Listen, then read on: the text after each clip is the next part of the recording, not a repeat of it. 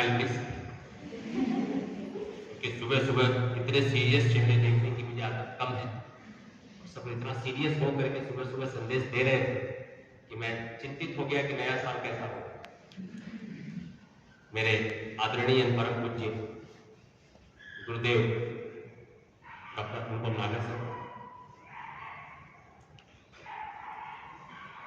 पूज्य सारस्वत बंधुओं और मेरे प्यारे विद्यार्थी मित्र, बात मैं शुरू करूंगा क्योंकि अंग्रेजी साहित्य का विद्यार्थी हूं, तो बात मैं अंग्रेजी से शुरू करूंगा और धीरे धीरे सत्यनारायण भगवान की कथा पर आएंगे। एक किताब है, मतलब किताबें तो बहुत लिखी है व्यक्ति ने, नाम है एल्विन टॉफलर। तो अगर आप में से किसी ने भविष्य में MBA करने का स्वप्न देखा है और कल की तारीख को चाहते हैं कि करोड़ों रुपए पगार के तौर पर, सैलरी के तौर पर कमाएं, तो MBA एक अच्छी डिग्री है और MBA करने के लिए कैट देना पड़ता है। कैट का फुल फॉर्म है कॉमन एडमिशन टेस्ट। तो जो लोग क्वेश्चन पूछ रहे थे वो चाहे तो अगली बार इस क्वेश्चन को पूछ सकते हैं। तो मैं चाहूंगा क्वेश्चंस में कुछ कॉम्पिटिटिव एग्जामिनेशन के नाम भी आपको डालो, सिर्फ पक्षी और कौन सा शहर और कौन सा नगर और कौन सी दरिया है इसके बजाय एक आध दो अच्छी एग्जामिनेशन के भी नाम डालिए कि NDA क्या है, CDS क्या है, क्लैट क्या है, UPSC क्या है, IAS क्या है, IRS क्या है। इन एग्जाम्स के भी अगर नाम आते हैं तो कुछ लोगों के अंदर प्रेरणा जगेगी और कल की तारीख में विद्यार्थियों में से कोई एक अच्छी एग्जाम पास करके बड़े पोस्ट पे पहुंचेंगे तो राष्ट्र निर्माण में एक बड़ी प्रक्रिया होगी। सो कैट एग्जामिनेशन एक ऐसी परीक्षा है जिसको करने के बाद आप देश के टॉप नॉच इंस्टीट्यूशन से MBA कर सकते हैं। और जनरली हर साल ऐसा देखा गया है कि 2-3 मिनिमम ऐसे विद्यार्थी होते हैं जिनका एनुअल पैकेज 1.5-2 करोड़ होता है MBA खत्म होने के साथ। मतलब 21 साल की उम्र में 1.5 से 2 करोड़ रुपए हर महीने साल अपने सैलरी अकाउंट में आता है। तो कितने लोग चाहते हैं इतना पगार अपने अकाउंट में भी आए? कोई नहीं, सारे त्यागी महात्मा बैठे हैं। ठीक है, तो अगर आप इस परीक्षा को देना चाहते हैं तो ग्रेजुएशन के बाद परीक्षा होती है और इसमें जो है रीडिंग कॉम्प्रिहेंशन का एक बड़ा कंपोनेंट है। रीडिंग कॉम्प्रिहेंशन मतलब आपका 90 पेज ना फकरा हो, पैराग्राफ અને એના ઉપર 10 થી 15 प्रश्नों आधारित है। तो आपको पूरा पढ़ना होता है, पढ़ने के बाद क्वेश्चंस के आंसर देने होते हैं और इसका वेटेज लगभग 30% है, 30% वेटेज इस एग्जाम में। तो अगर आप इस परीक्षा को देना चाहते हैं तो आपको बहुत सारी किताबें पढ़नी पड़ती है। उसमें जनरली शुरुआत होती है एल्विन टॉफलर से। एल्विन टॉफलर ने बहुत अच्छी अच्छी किताबें लिखी है, future shock, the third wave, the power shift, ऐसी करके अच्छी अच्छी किताबें लिखी है। तो उनमें से मैं आप अपनी बात अपनी आपके सामने में रखने जा रहा हूं। एल्विन टॉफलर कहते हैं he is known as an anthropologist। एंथ्रोप मतलब होता है मैनकाइंड। सो जो व्यक्ति अथवा तो जो भी फिलॉसफर मनुष्यों के पूरे हमारी जो उत्पत्ति हुई वहां से लेकर के अभी तक की यात्रा को स्टडी करता है उसको एंथ्रोपोलॉजिस्ट कहते हैं। So he is known as a great anthropologist.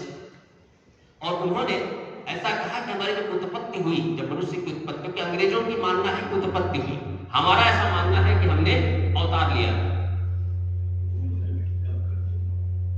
Right.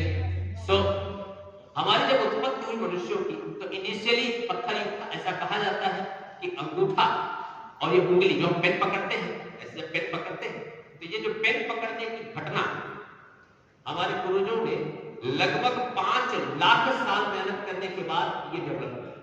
कितने साल? लगभग 5 लाख ईयर्स लगे सिर्फ इस घटना को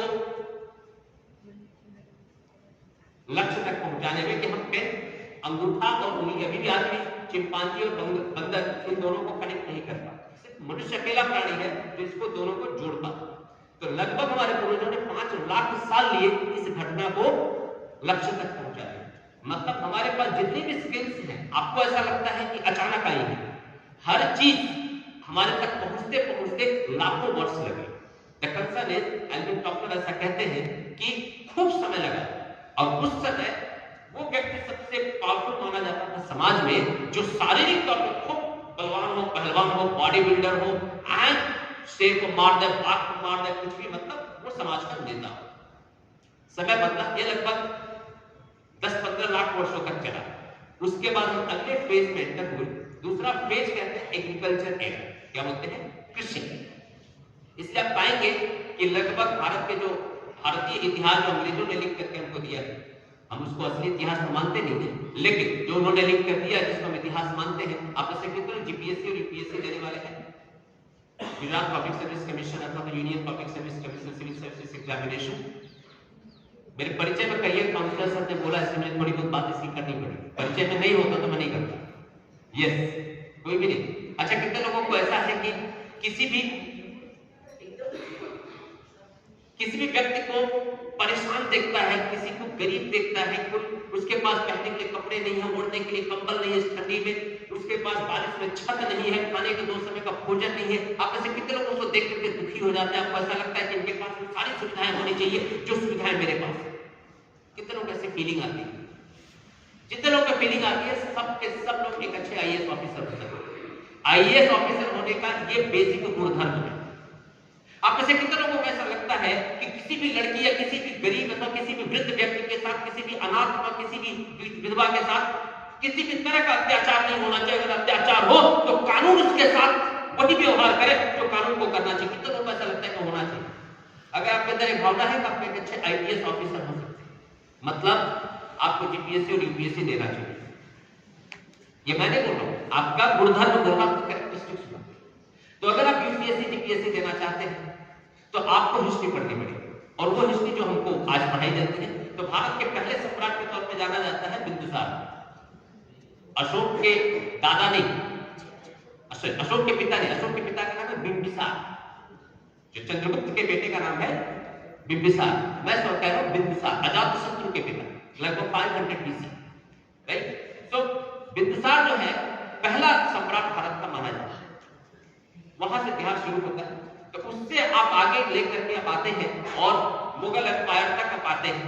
इनफैक्ट मैं चाहूंगा कि आप पेशवा जो मराठा एम्पायर है, मराठा एम्पायर तक आप आते हैं। तो जो पूरे का पूरा समय काल है, आप पाएंगे जमीन के लिए लड़ाई होगी। किसके लिए?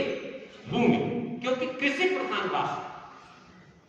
इस बीच में तीसरा एरा प्रारंभ हो गया, जिसको हम इंडस्ट्रियल रेवोल्यूशन कहते हैं। आप लोगों ने पढ़ी होगी औद्योगिक क्रांति, बढ़िया, औद्योगिक क्रांति। तो औद्योगिक क्रांति जब प्रारंभ हुई और इसी के नाते यूरोपियंस यूरोप छोड़ करके दुनिया के अलग अलग देशों में गए, क्योंकि ये जो समय शुरू हुआ उस समय जमीन के लिए लड़ाई नहीं होती थी, लड़ाई होती थी रिसोर्सेस की।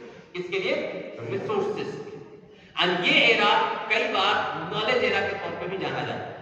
तो जिसके पास सबसे ज्यादा नॉलेज, वो समाज का सबसे बड़ा लीडर। इसी नाते हमारे ऑथर्स पाएंगे, चाहे फिलोसफर्स पाएंगे, चाहे साइंटिस्ट पाएंगे, उनके पास 2 टुकड़ा जमीन नहीं था।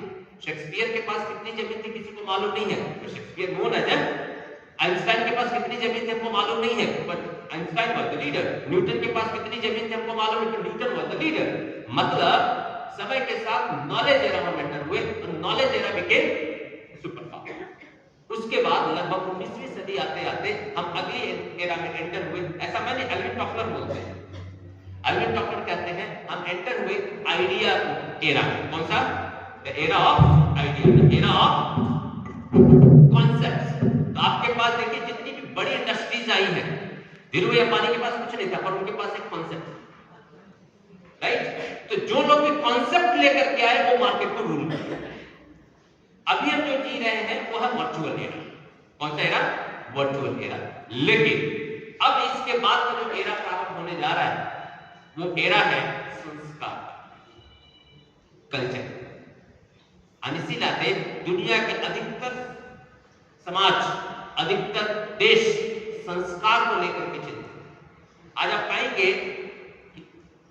चाहे कोरोना आया जिसको कोविड-19 कहते हैं, और चाहे अभी उसका लेटेस्ट वर्जन ओमिक्रॉन आया, कहां से आया? हवाई जहाज से। किससे आया? और ओमिक्रॉन क्यों आ रहा है? नया वेरिएंट। सभी लोगों ने वैक्सीनेशन करवा लिया है, लगभग पूरे देश ने वैक्सीनेशन करवा लिया है। तो आखिर ये नया वेरिएंट आ क्यों रहा है?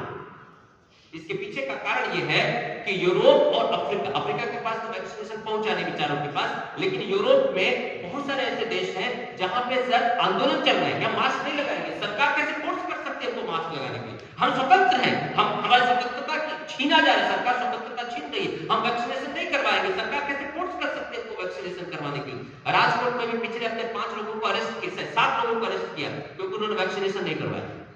हमारे देश में संभव है क्योंकि हमारा समाज, हमारा संस्कार, हम इसको सपोर्ट करते हैं कि आप मास्क अपने लिए नहीं लगाते हैं, अपने पड़ोसियों के लिए लगाते हैं। आपके अंदर अगर कोविड है तो पड़ोसी के पास ट्रांसफर ना हो इसके लिए मास्क लगाते हैं, खुद के लिए नहीं लगाते। मास्क लगाना इसलिए आवश्यक है ताकि बीमारी हमसे दूसरों तक न पहुंचे, आपको प्रोटेक्ट करने के लिए नहीं। The concern is very simple कि संस्कार एक बहुत बड़ा कंसर्न है और एल्विन टॉफलर इस चीज को बहुत अच्छे से डिस्क्राइब करते हैं। मेरा ऐसा मानना है कि आने वाले सदी में यदि आपको अच्छा करियर चाहिए तो आपको जो डेवलप करना है वो है संस्कार।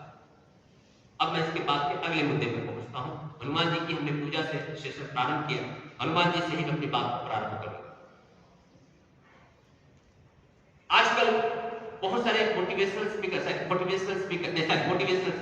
मोटी बातों करेंगे, इसलिए मोटिवेशनल स्पीकर मार्केट में आए हैं और खूब बड़ी बड़ी बातें लगी हुई, तबे करोड़ों के भी इतने कमा सो। मैंने भी वही से बात की, कैसे आप बड़े पोजीशन पे पहुंचोगे, मैंने भी बात वही से शुरू की। राइट, एक बात बताओ, हनुमान जी की प्रोफाइल क्या है रामायण में? आपके पीछे वाले मंडल, हनुमान जी की प्रोफाइल क्या है रामायण में? राजा है, युवराज है, मंत्री है, सेनापति है, क्या है? सेवक कोई प्रोफाइल होती है, कोई पोस्ट होती है, कोई डिजिग्नेशन होती है, कहीं पे किसी ने आपको बोला है। तो आखिर हनुमान जी का रोल क्या है रामायण में? न राजा है, न मंत्री है, न सेनापति है, कुछ नहीं। तो जब कोई रोल नहीं है तो रामायण में रखना क्यों है? इनको बाहर निकाल। तो अगर हम हनुमान जी को रामायण से बाहर निकाल दें तो बचता क्या? राम है, सीता है, लक्ष्मण है, भरत है, विभीषण है, रावण है, मंदोदरी है, जामवंत है, सुग्रीव है, बाल है, सब है। मेरे को एक कैरेक्टर रामायण में नहीं चाहिए क्योंकि इस व्यक्ति के पास कोई प्रोफाइल पोजीशन है ही नहीं। अगर हम हनुमान जी को रामायण से निकालें तो बचता क्या? यस, कुछ बचता है? हाँ या ना? हाँ या ना? नहीं। तो आखिर हनुमान जी के पास था क्या? अष्ट सिद्धि नौ निधि के दाता हनुमान जी के पास था पर्सनल पावर। क्या है? Personal power. Personal power is always bigger than positional power. हमारी जो जंग है जीवन में वो हमेशा व्यक्तिगत पावर वर्सेस पोस्ट की पावर का युद्ध है। हम हमेशा ऐसा समझते हैं कि एक बार हम सीएम बनेंगे तो हम आक्रमण कर देंगे, हम प्रधानमंत्री बनेंगे तो देश बदल देंगे, हम राष्ट्रपति बनेंगे तो ये कर देंगे, हम आईपीएस बनेंगे तो हम ये कर देंगे, हम प्रिंसिपल बनेंगे तो वो बदलाव लेकर के आ जाएंगे, हम एक बार अध्यापक बनेंगे तो भाई आप जहां पे हो वहां से बदलाव ला सकते हो। हनुमान जी उसके प्रत्यक्ष उदाहरण है, इसीलिए हम हनुमान जी की पूजा करते हैं। व्यक्ति को व्यक्तिगत पावर कैसे बढ़ा दिया जाए इसके ऊपर हमेशा रातों दिन प्रयत्न होना चाहिए। और हमारी समस्या ये है कि हम अपने आप की एनालिसिस कभी नहीं करते, दूसरे सबकी एनालिसिस करते। हनुमान जी कभी किसी की एनालिसिस नहीं करते, बस चुपचाप बैठे होते हैं। जब जामवंत आकर के ऐसी जगह पे भाई उठो अपने करवा नीचे हो एम શું કરવું છે પેલું કરવાનું એમ उनको कोई चिंता नहीं कौन क्या कर रहा है। Is always bothered for personal power, स्वयं को कैसे मजबूत किया है। जब सीता जी उनको बोलती है कि तुम्हारा परिचय क्या, तो बिल्कुल नहीं बोलते कि मैं ये हूं, मैं कोई नहीं आ पाया, मैं ही आया हूं। कोई आपकी प्रशंसा नहीं, सिंपल एक लाइन का introduction, Ramdoot, that's it, one word introduction. His least bother who is he, continuous personal power पे काम। अच्छा छोड़िए हनुमान जी को छोड़ते मैं दूसरे पे आता हूं।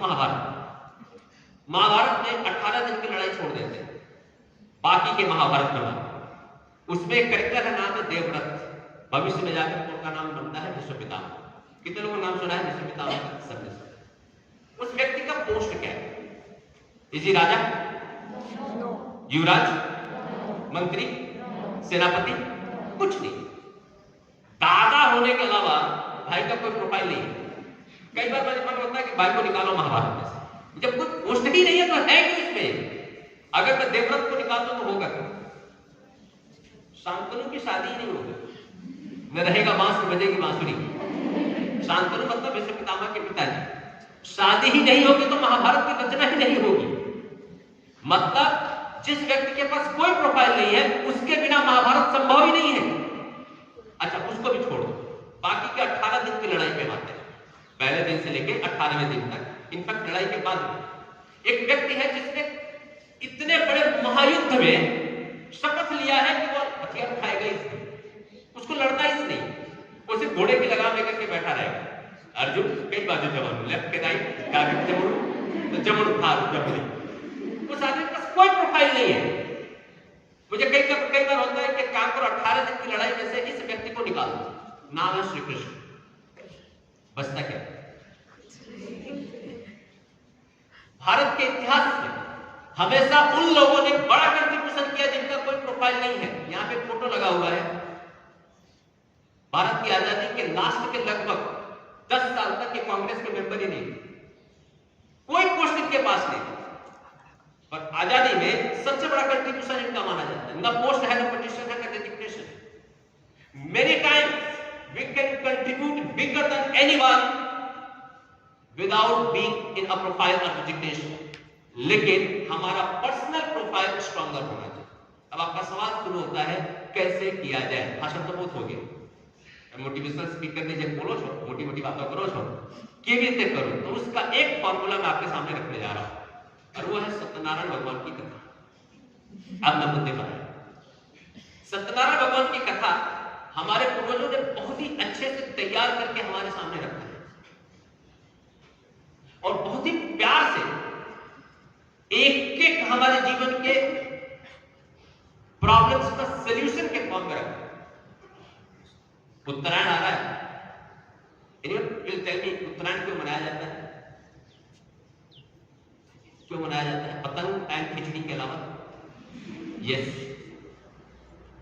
सर, उत्तरायण इसलिए मनाया जाता है कि उस दिन सूर्य उत्तर राशि में प्रवेश करता है, Very और good. उस दिन जो है वो पूर्व से नहीं, उससे थोड़ी अलग साइड से निकलता है, जिसका प्रकाश हमारे जीवन में ही आता है। धन्यवाद। आपका शुभ नाम? सीमा। सीमा। सीमा, थैंक यू सीमा। धरती जो है अपने धुरी पर 23.5% ऐसी झुकी हुई और वो रोटेट कर, अगर ये सीधी होती और सूर्य की किरणें सीधे पड़ती तो हमारा जो पूर्वी अंतर जो गोलार्ध है वो हमेशा रेगिस्तान है, और जो उत्तरी और दक्षिणी जो हेमिस्फीयर है जिसको हम गोलार्ध कहते हैं वो बर्फ का रेगिस्तान होता है, मतलब मनुष्य का जीवन धरती पर नहीं होता।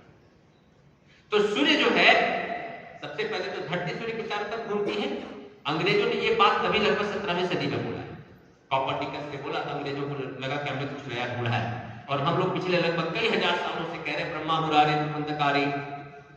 आगे क्यों बताएगा? तो 9 के 9 ग्रहों की पूजा हम लोग पिछले लगभग 1 लाख वर्षों से कह रहे हैं। ये बात अंग्रेजों ने 2000 साल पहले की हमने मानी। अभी 19वीं सदी में उन्होंने कहा धरती 23.5 डिग्री की टिल्टेड है। उन लोगों ने तो गैलीलियो को भी फांसी पर लटका दिया, क्योंकि उसने बोला कि धरती जो है हीलियोसेंट्रिक है, जियोसेंट्रिक नहीं है। हम लोग आप साउथ में जाइए तो अभी भी पाएंगे सूर्य बीच में होंगे और 9 के 9 ग्रह चारों तरफ होंगे। हम पहले से ही मानते हैं कि सूर्य सेंटर है। उन्होंने बिग जोर की थ्योरी बाद में दी, बैडिया फिनाला, जिसमें हम 7 रंग की बातें करते हैं। हम सूरज के 7 घोड़ों की पूजा हजारों सालों से कर रहे हैं। अब मैं बात क्यों कह रहा हूं? क्योंकि उत्तरायण मनाया इसलिए जाता है क्योंकि हमारे जो नक्षत्र है वो दक्षिणायन से उत्तरायण की तरफ, सूर्य जो है दक्षिणायन से उत्तरायण होते हैं। ये बात भीष्म पितामह को भी मालूम, और उन्होंने अपनी जो मृत्यु है स्वीकार करने से पहले उन्होंने कहा जब सूर्य दक्षिणायन से उत्तरायण होंगे तब मैं जाऊंगा। मतलब अंग्रेजों के इतिहास के हिसाब से अगर श्रीमद् भगवद गीता 5000 साल पुराना भी है तो भी 5000 साल पहले से हमको मालूम है कि सूर्य दक्षिणायन से उत्तरायण होते हैं, और ये 14 जनवरी के आसपास के समय में होते हैं। अगर हमको एक स्ट्रॉन्ग कैरेक्टर बिल्ड करना है तो हमको हमारे ऐतिहासिक किताबों को सबसे पहले पढ़ना होगा।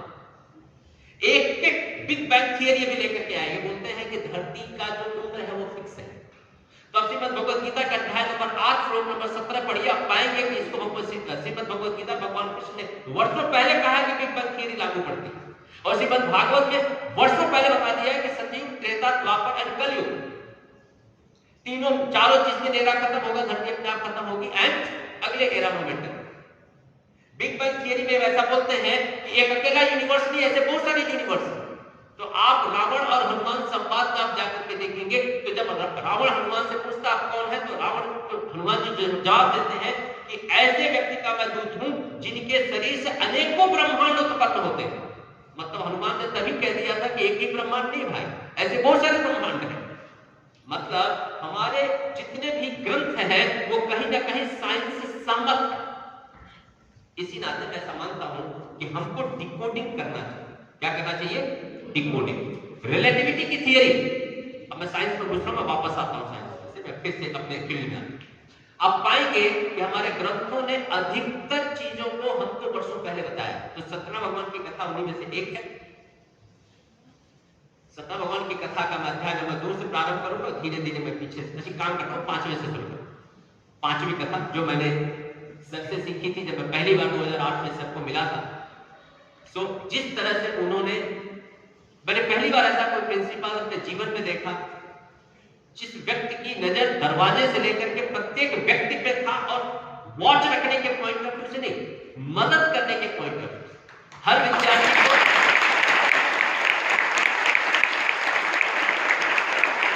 जब आप सत्यनारायण भगवान की कथा का 5वां अध्याय पढ़ते हैं तो इसमें आप पाएंगे कि राजा है और राजा शिकार खेलने जाता है। शिकार जब खेलने जाता है तो वहां कुछ ग्वाले, और ग्वाले सत्यनारायण भगवान की कथा सुनते हैं।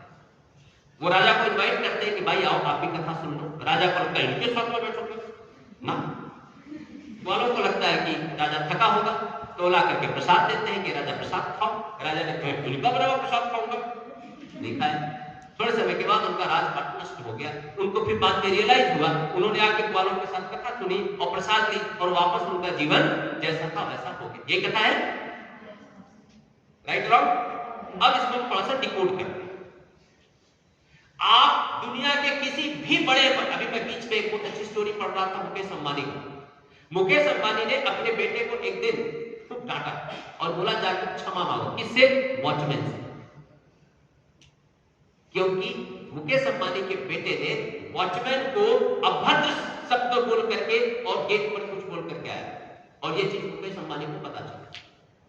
अगर आप अपने जीवन में सफल होना चाहते हैं, अपने एम्पायर को बिल्ड करना चाहते हैं और अपने एम्पायर को सस्टेन करना चाहते हैं, अपने परिवार की गरिमा को मेंटेन रखना चाहते हैं, अपने कलम, अपने कुल को आप एक बड़े लेवल पर ले जाना चाहते हैं, अपनी संपत्ति को बड़ा करना चाहते हैं, तो आपको ऑर्गेनाइजेशन के छोटे से छोटे प्रोफाइल से लेकर के और बड़े से बड़े प्रोफाइल के व्यक्ति को, हर किसी को इक्वल सम्मान के साथ आपको प्रणाम करना होगा। ये कथा सिखाती है।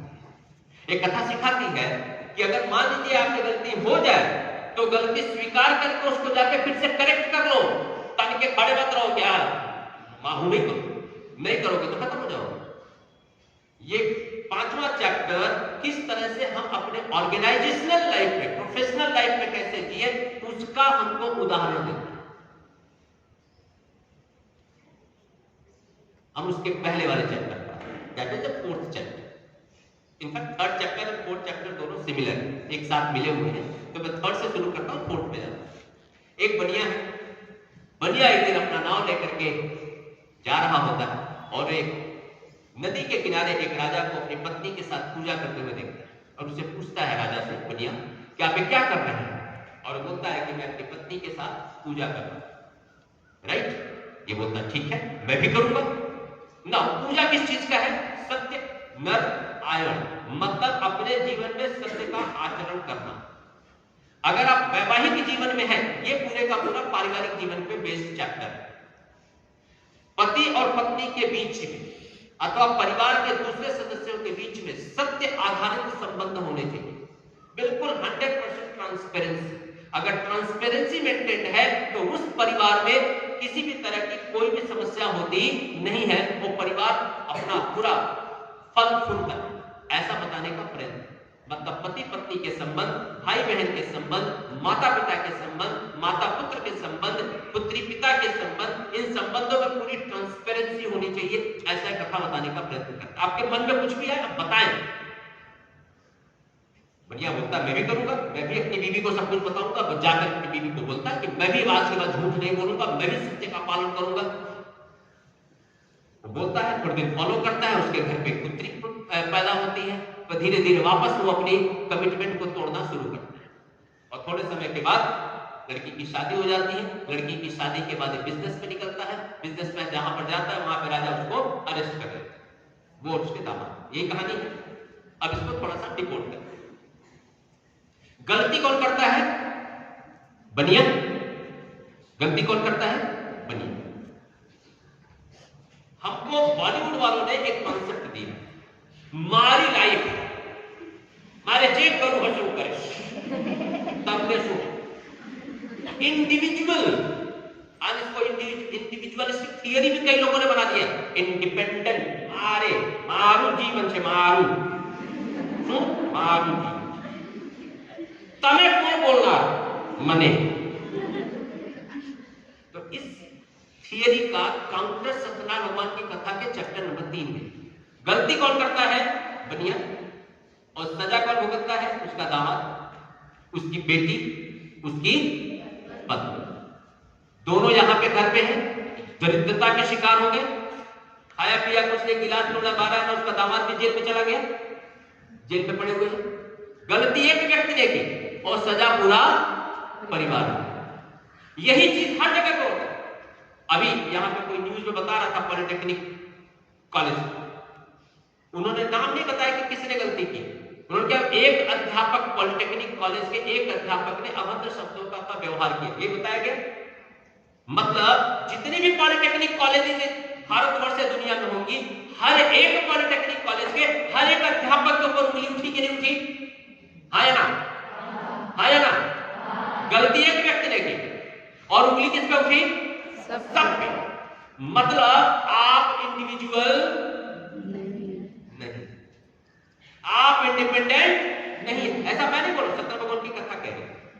सत्यनारायण भगवान की कथा कह रही है कि आप कभी इंडिविजुअल और इंडिपेंडेंट नहीं है। आप हमेशा एक माले की तरह उसकी एक दाने हैं, बाकी पूरा माला एक बिखरेगा तो सारे दाने बिखर जाएंगे।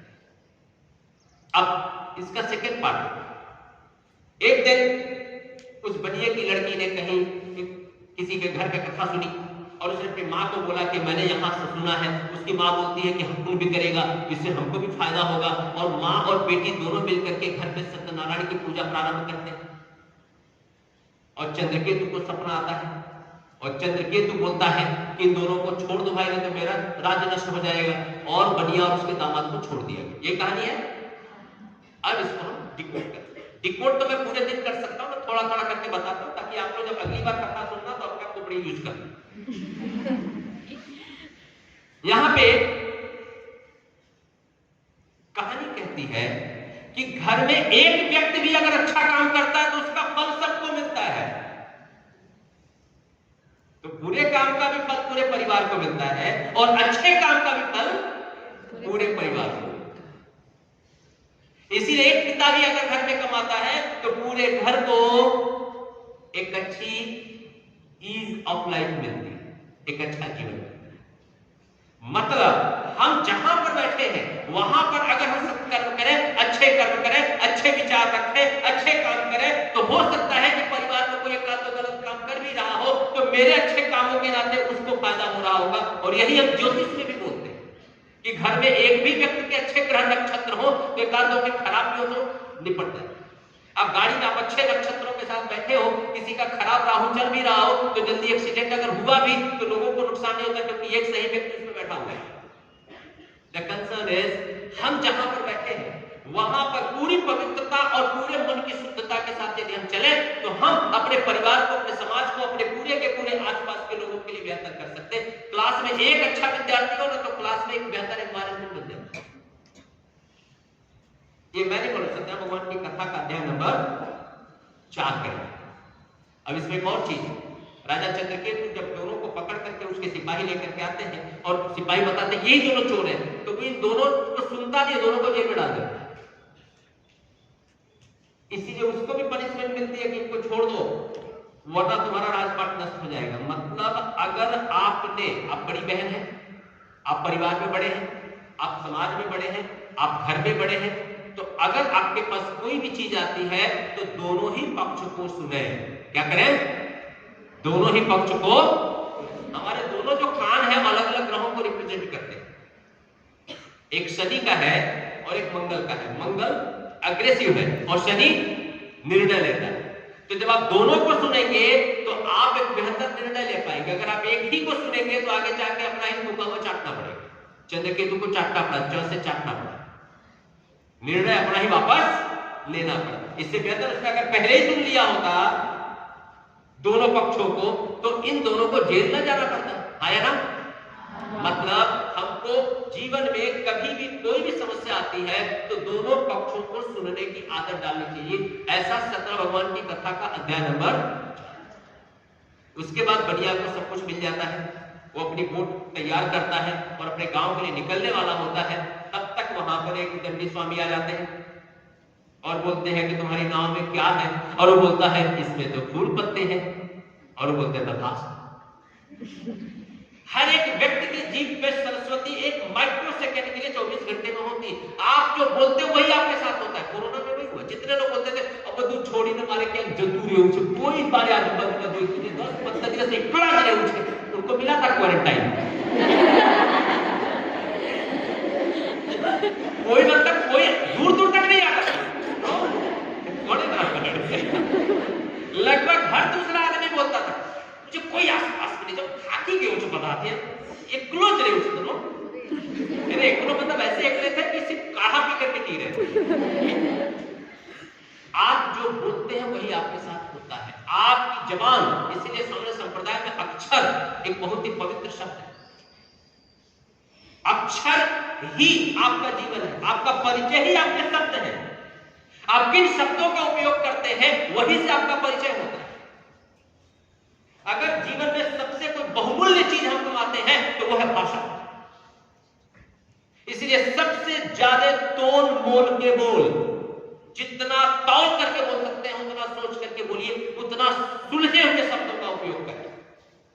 आज दिक्कत यह है कि बस बोलते रहते, हमको स्वयं को पता नहीं होता कि प्रवाह कहां से निकल रहा है, कहां जा रहा है, बिल्कुल गटर लाइन की तरह। शब्दों का प्रयोग आप सीखें, ये 17 भगवान की कथा यहां पे सिखाती है। इसी का चैप्टर का अंतिम पार्ट, धीरे धीरे मैं एंडिंग की तरफ जाऊंगा, ऐसा मैं 2-3 बार बोलूंगा। माता और बेटी दोनों कथा सुन रहे थे, तब तक उनको पता चला कि पति आ चुके हैं, और माँ बेटी को बोलती है कि बेटा तुम कथा संपन्न करके आओ, मैं जाती हूँ घाट पे उनको रिसीव करने के लिए, और माँ चली जाती है। बेटी को लगा कथा समाप्त हो गया, प्रसाद लिए बिना वो भी भागी हुई घाट पर आती है, और वहां पे देखती है उसका पति तो गायब हो गया। अब अपने को लगता है प्रसाद नहीं खाया तो संदर्भ को नाराज हो गए, इतना खाली है उनके पास कोई काम ही नहीं है, तो प्रसाद ना खाए और भगवान नाराज हो जाए, ये मतलब कई लोगों को ताज्जुब होता है। यहाँ पे गुरुजन बैठे मेरी बात से सहमत होंगे। हम लोग मैनेजमेंट में फॉर्मूला बोलते हैं कि जो टॉप लीडरशिप है, जब ऑफिस का ताला खुलता है तब और जब ताला बंद होता है तब दोनों समय पे टॉप लीडरशिप को मौजूद होना चाहिए। प्रोजेक्ट कंप्लीशन,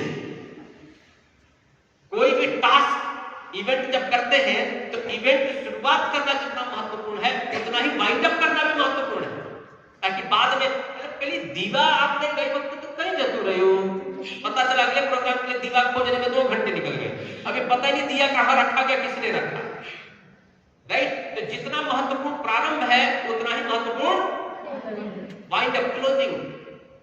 तो जब आपको कोई टास्क दिया जाए, कोई जिम्मेदारी दी जाए, तो उस जिम्मेदारी को अंत तक निभाना ये हमारी जिम्मेदारी। अदरवाइज जो टास्क भले आपने बहुत अच्छे से किया लेकिन वो अधूरा ही माना जाए। तो प्रसाद क्लोजिंग सेरेमनी, प्रसाद वाइंड अप है। तो आप चाहे जितना भी बड़ा इवेंट कर ले जीवन में, अगर आप वाइंड अप प्रॉपर्ली नहीं करते हैं, इसलिए हम लोग कम्युनिकेशन की थियरी में कहते हैं, लास्ट आप किसी के घर पे गए, किसी के बर्थडे पार्टी में अथवा किसी अलग अलग फंक्शन में, आप वहां पे खा पी करके आए और आपने दूसरे दिन या तीसरे दिन एक बढ़िया सा मैसेज डाल करके, it was a wonderful event, a great arrangement, I mean food was awesome, ऐसे आप 4 अगर शब्द लिख करके आप उनको व्हाट्सएप कर दो ना, सामने वाला व्यक्ति घेरा घेरा हो जाता है। पर हम लोग तो क्या है, सिर्फ एक चीज है, साग बराबर रोटली में अच्छे थोड़ी सुखाई रोटी, सारी कमियां ढूंढ लेते हैं। पर जिस आदमी ने अरेंज किया उसने कितनी मेहनत करी होगी, ये हमने कभी सोचा ही नहीं होता है। आपके 3 लाइन लिख देने से उस व्यक्ति का 3 लाख का खर्चा वसूल हो जाए, तो मैं ना लिखूं या ना लिखूं? इसी को हम लोग कम्युनिकेशन के साइकिल में फीडबैक बोलते हैं। फीडबैक जब तक नहीं आता तब तक ये कम्युनिकेशन कंप्लीट नहीं माना जाता। सर मैं गलत हूं बताइए।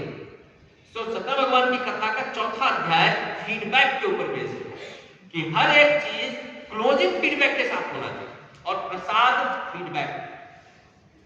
अब मैं सेकेंड चैप्टर पर आता हूं, धीरे धीरे मैं कंक्लूड करूंगा, ऐसा मैं सही से कहूंगा। एक काशी नगरी में दरिद्र ब्राह्मण रहता था। वो दरवाजे दरवाजे जाकर के भीख मांगता। भगवान ने एक दिन सोचा कि इसका हम समस्या का निवारण करते हैं और वृद्ध ब्राह्मण का स्वरूप लेकर के उस दरिद्र ब्राह्मण के पास आए और बोले, हे ब्राह्मण तुम ये क्या कर रहे हो? दरिद्र ब्राह्मण कहता है कि मैं क्वालिफाइड एजुकेटेड ब्राह्मण हूं, दरवाजे दरवाजे जाके बायोडाटा देता हूं ताकि कोई मुझे नौकरी दे दे, मेरे पास कोई काम नहीं है। और दरिद्र ब्राह्मण ने अपनी सारी बातें वृद्ध ब्राह्मण को बताई। वृद्ध ब्राह्मण ने एक फॉर्मूला दिया और उस फॉर्मूले को दरिद्र ब्राह्मण ने अपने जीवन में अपनाया और भविष्य में संपन्न हो गया। ये कथा है, बीच की 2-3 लाइन के अलावा यही है। अब इसको हम डिकोड करते हैं।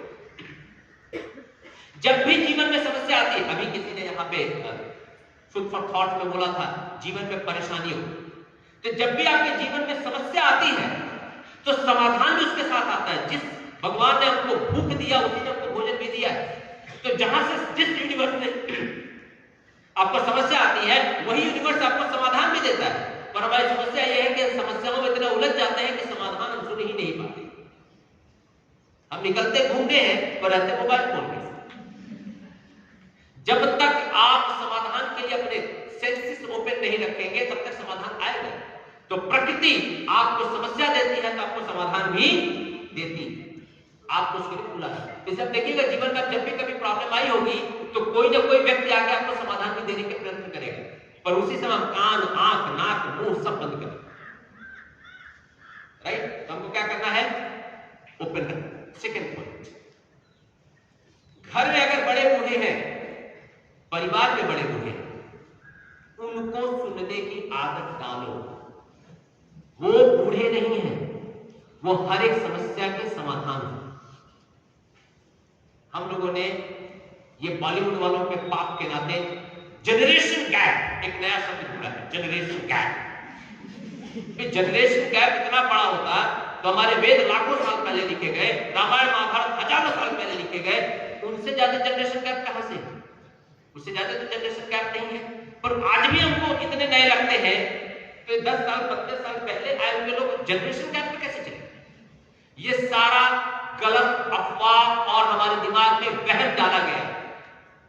पूरी सिस्टमेटिकली हम करप्ट हो, हमारा दिमागी हार्ड डिस्क करप्ट हो, इसका प्रयत्न चलता है।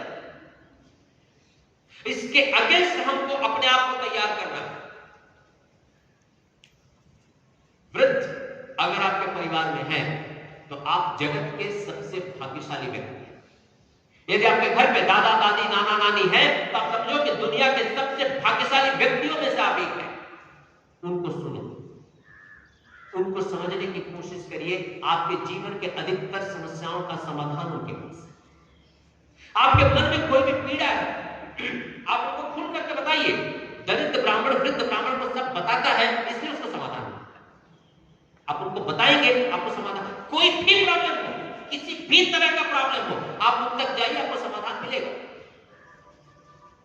पर आप उन तक जाएं, उनको सुनें। परिवार में, समाज में, रिश्तेदारी में वृद्धों का आदर ही हमारे जीवन की समस्याओं का समाधान है। जब से हमने ये बंद किया है तब से हम डिप्रेशन में, सुसाइडल सिम्टम्स जितने भी हमारे आसपास में आए हैं, ये इसी नाते आए हैं क्योंकि हमने अपने जीवन से वृद्धों को निकाला है। ये मैंने बोलता हूं, सत्यनारायण भगवान की कथा का अध्याय नंबर 2 के उसमें सेकेंड पार्ट में एक लकड़हारा था। एक दिन उसने देखा कि दरिद्र ब्राह्मण भी गली गली तक भीख मांगता था और मैं गली गली में लकड़ियां बेचता था। ये अचानक समृद्ध कैसे हो गया? आप रह गया।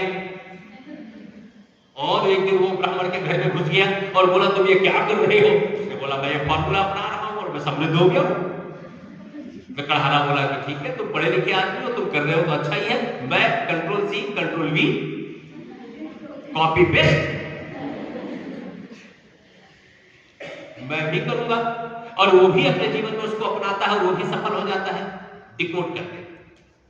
अगर लगता है कि कोई व्यक्ति अच्छा कर रहा है, हमारे पास कोई स्टूडेंट है जो इकोनॉमिक्स में अच्छा, अपना इकोनॉमिक्स कमजोर है, अपने उसके पास बैठ जाएगा, तो इकोनॉमिक्स कैसे करता है, इतना तेरे को याद रहता है, मेरे को इकोनॉमिक्स याद नहीं रहता, बैठ जा उसके पास, खोदो, मिलेगा जवाब। किसी का अकाउंट अच्छा होगा, अब बैठो उसके साथ हमला कर, देखो अकाउंट क्यों अच्छा लगता है, मेरे को क्यों अच्छा नहीं लगता है। किसी की इंग्लिश अच्छी है, आप उसके साथ बैठ जाओ, तुम्हारी इंग्लिश कैसे अच्छी होगी, मेरी क्यों अच्छी है, अपने धन्य पोरबंदर में तुम्हारी इंग्लिश अच्छी है, मेरी अच्छी नहीं, तुम ऐसा क्या करते हो। अप्रोच क्या है, अप्रोच। ये हम जो ईगो बना के बैठे ना होना ये जो हमने डेवलप किया है, इसको सतना भगवान की कथा का अध्याय नंबर 2 का सेकंड पार्ट मना करता है। बोलता जहां पर भी आपको लगता है कि इसके पास सफलता का फॉर्मूला है, कूद पड़ो, टूट पड़ो, एंड उसके अंदर घुस जाओ। कंट्रोल सी कंट्रोल, और दिमाग में तो लगा, उसने जो फॉर्मूला बनाया है अच्छा ही बनाया है, अपना लो, हो जाएगा कल्याण। इसी नाते बायोग्राफीज एंड ऑटोबायोग्राफीज पढ़ने की परंपरा डेवलप करेगी, आत्मकथा। और आपको बहुत सारे लोग कहते हो कि आत्मकथा वांचो। आत्मकथा इसके लिए नहीं पढ़ने के लिए बोला जाता है ताकि आप आत्मकथा करने के बाद उनकी पूजा करें।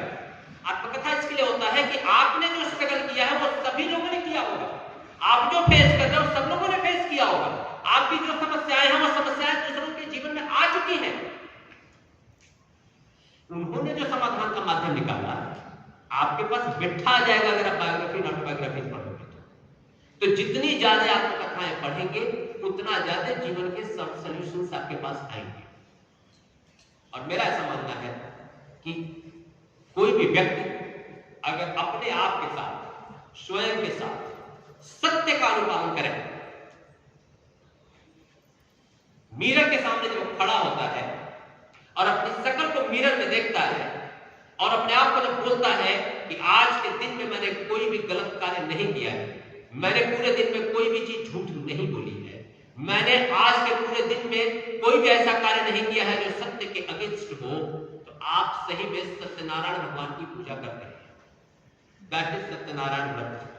व्रत मतलब तपस्या, सत्य को नारायण मानना, अपने अंदर के नारायण को सत्य के तरफ लेकर के जाना है सत्यनारायण भगवान की। अब ये सारी चीजें आई कहां से?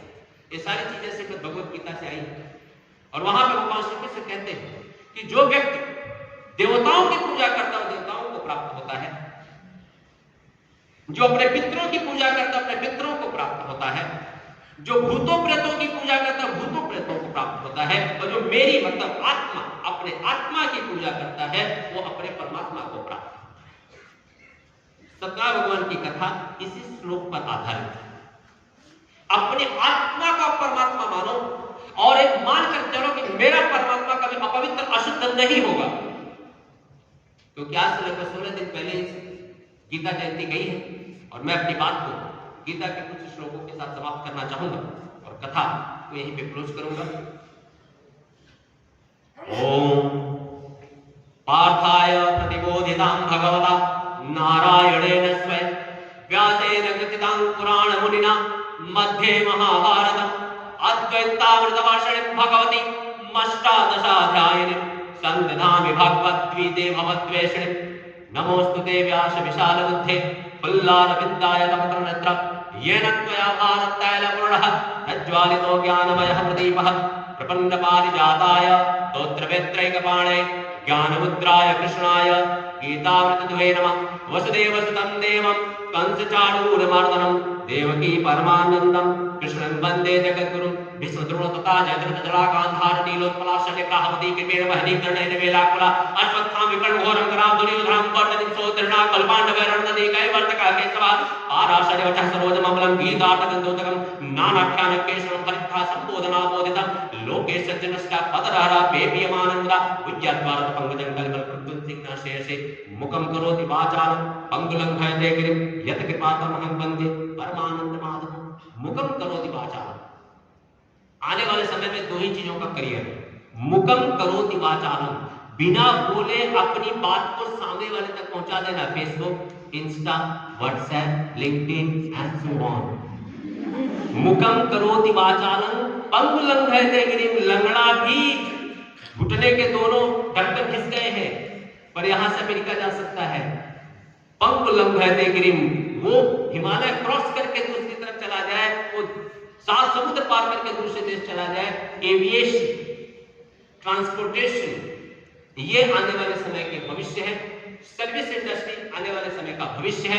मेरा ऐसा मानना है कि जो लोग भी कम्युनिकेशन पे कमांड करेंगे, जो लोग भी कम्युनिकेशन पे अपना वर्चस्व हासिल करेंगे, वो आने वाले समय में नौकरी की दुनिया में, बिजनेस की दुनिया में, पर्सनल लाइफ में, प्रोफेशनल लाइफ में, फैमिली लाइफ में, हर एक जीवन में सफल होंगे।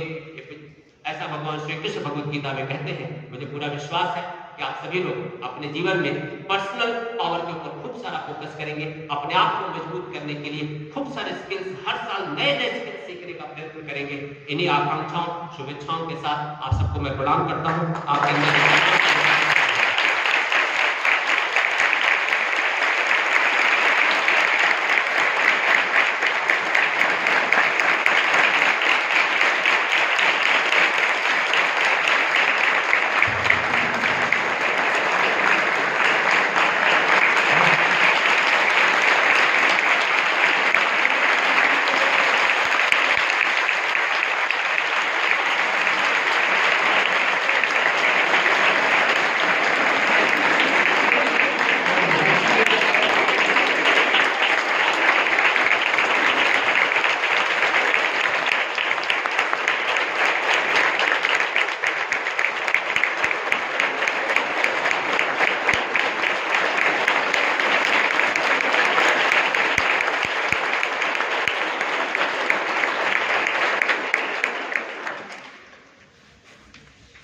તો મને લાગે છે કે 2022 નો શરૂઆત ખૂબ જ સરસ રહી. Yes, sir. Thank you sir. હવે પ્લીઝ ગુરુકુળ પરંપરાથી એ અનુસંધાને હું આપણા પ્રિન્સિપાલ ડોક્ટર નાગર સરને વિનંતી કરીશ કે શ્રી બાવનભાઈનું પુષ્પ શાલ અને સુખમાળાથી સ્વાગત કરે. Sir please.